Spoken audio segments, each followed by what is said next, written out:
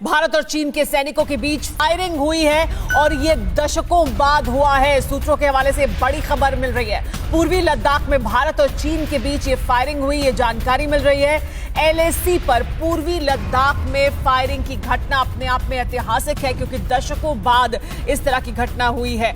40 साल बाद एलएसी पर भारत और चीन के बीच ये फायरिंग हुई है। इससे पहले 1975 के आसपास इस तरह की घटना हुई थी, तब 4 भारतीय जवानों ने अपनी जान गंवाई थी। लेकिन अब एक बार फिर फायरिंग हुई है, लेकिन इस बार एक अलग तरह का भारत चीन के सामने खड़ा है। एक अलग तरह की सेना, एक अलग तरह के जज्बे के साथ चीन के सामने खड़ी है।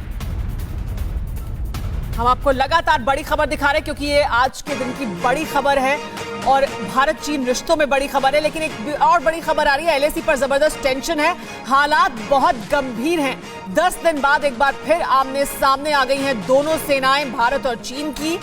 भारतीय पोस्ट तक आए पेट्रोलिंग करते हुए चीनी जवान, जिसके बाद वार्निंग फायर किए गए भारत की तरफ से। भारत के जवानों ने जवाबी कार्रवाई की, वार्निंग शॉट्स फायर कर पीएलए को वहां से भगाया।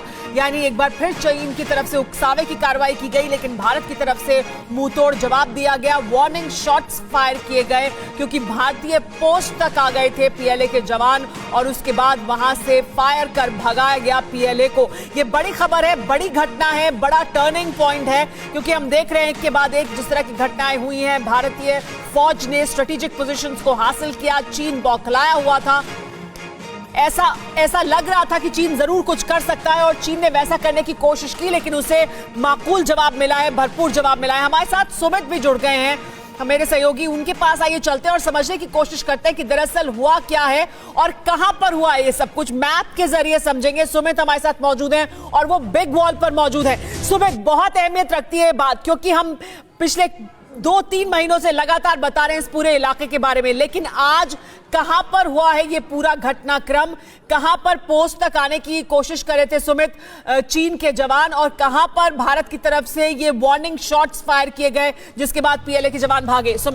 तो मेरा बहुत बहुत शुक्रिया आपका। लेकिन सबसे पहले जानने की जरूरत है कि आखिरकार पिछले 10 दिनों में स्थिति एकदम से बदली। आपको याद होगा कि 29 तारीख को और 30 तारीख की दरमियानी रात को जब भारत ने अपनी पोस्ट को दोबारा से रिलोकेट किया, आप ये कह सकते हैं कि हमने अपनी पोजीशनिंग को और स्ट्रॉन्ग किया, ये सारी चीजें उसी के बाद हुई। मैं आपको नक्शे पे अगर आप समझाऊं, अगर आप देखेंगे ये पूरा इलाका वो है जो साउथ पैंगोंगत्सो का इलाका, यानी ये चुशूल और चुशूल के पास का ये पूरा इलाका। अगर आप देखें तो आपको याद होगा कि ये स्पैंगर गैप और इसी के आसपास इन इलाकों के अंदर खास तौर पर जो इलाका है गुरुंग हिल, और दूसरा इसी के बीच में मुखपारी एक हिल पड़ता है, उसी के पास बताया जा रहा है कि ये पोस्ट है। और लगातार चीन, यानी चीन की सेना पीएलए जो थी, पेट्रोलिंग करते करते भारतीय पोस्ट के बहुत ज्यादा करीब आ गई। ये वार्निंग शॉट्स थे और दोनों तरफ से वार्निंग शॉट्स दिए गए। लेकिन आप ये मान के चलिए सुमेरा कि पिछले 10 दिनों के अंदर जो चेंज हुआ है वो उनके प्रोटोकॉल्स में, यानी सैनिकों के प्रोटोकॉल में भी चेंज हुआ।